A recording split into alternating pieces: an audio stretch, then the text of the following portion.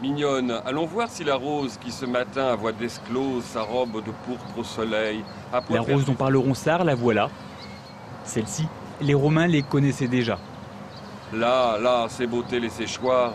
Oh, vraiment, marastre nature, puisqu'une telle fleur ne dure que du matin jusqu'aux soirs. Dans cet écrin de verdure fleurissent une multitude de roses, plus d'une centaine d'espèces. Toutes sont des roses anciennes, c'est-à-dire créées avant 1850. Ici, le jardinier en chef, c'est Jean-Pierre Vibert, un passionné issu d'une grande famille de rosiéristes.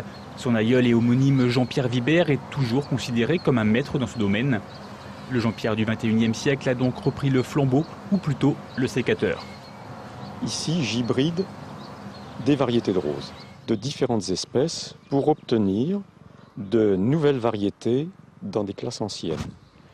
Donc des roses galliques, pour ceux qui connaissent, des centifolia moussus ou non, des Portland, des grimpants aussi dans la classe des Vichurana, des multiflora et d'autres espèces. Jean-Pierre travaille sur une dizaine d'espèces. Récemment, il a obtentionné, c'est-à-dire créé une rose qui, dans un futur proche, ornera les espaces verts Manceau.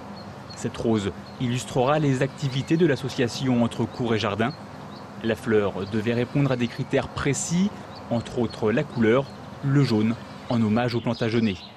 Mais, problème, à cette époque, la couleur jaune n'était pas chez nous, n'était pas encore arrivée dans nos contrées. Il existe des plantes sauvages jaunes en Asie.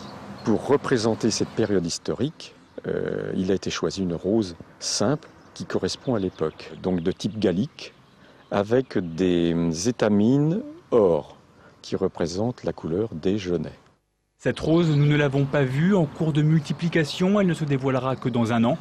En attendant, Jean-Pierre continue de travailler pour sans cesse créer de nouvelles fleurs.